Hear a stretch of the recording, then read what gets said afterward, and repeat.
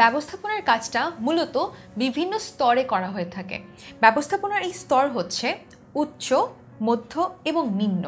এখন এখানে একটা মজার জিনিস যেটা আমি তোমাদেরকে জানাতে চাই তা হলো নির্দেশ কিংবা অর্ডার এটা ব্যবস্থাপনার ওপর থেকে নিচের স্তরে ক্রমান্বয়ে নেমে আসে।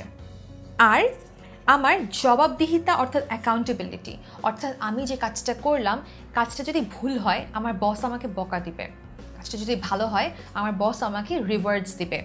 এই যে বললাম আমার বসের কাছে আমার একটা জবাবদিহিতা করতে হয় যে ওনার এই রাইটটা আছে যে উনি আমাকে জিজ্ঞেস করবে কেন এটা এরকম হলো, কিংবা উনি আমাকে বলবেন যে আসলেই তো কাজটা তো অনেক ভালো হলো। এই যে জবাবদিহিতার প্রক্রিয়াটা এটা সবসময় নিচ থেকে ওপর দিকে যায়। অর্থাৎ আমার যিনি নাকি নিম্নস্থ আমার যিনি থাকবেন তিনি আমাকে বলবেন সবসময় আমার তার কাজের জন্য আমার কাছে জবাবদিহিতা। যেমন আমি যদি কোনো ভুল করে থাকি ভুলের কথাটা আমার তার কাছে স্বীকার করতে হবে এবং তিনি হচ্ছেন আমার বস। ঠিক একইভাবে আমার বস আমাকে আমার সব কাজের জন্য আমার যিনি নিম্নস্থ পদস্থ যিনি কর্মচারী থাকবেন সেই কর্মচারীদেরকে সবসময় আমার বস কি করবেন, নির্দেশনা প্রদান করবেন। নির্দেশটা বস থেকে ক্রমান্বয়ে নিচের দিকে আসে আর জবাবদিহিতাটা নিচ থেকে ওপর দিকে যায়।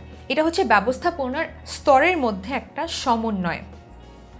যখনই তুমি ব্যবস্থাপনাকে কেন স্তর বলা হয় এই প্রশ্নটার উত্তর করতে যাচ্ছ, সবসময় এই নির্দেশনা এবং জবাবদিহিতা এই দুটো পয়েন্টকে ইনক্লুড করে প্রশ্নটার উত্তর করে দিতে চেষ্টা করো।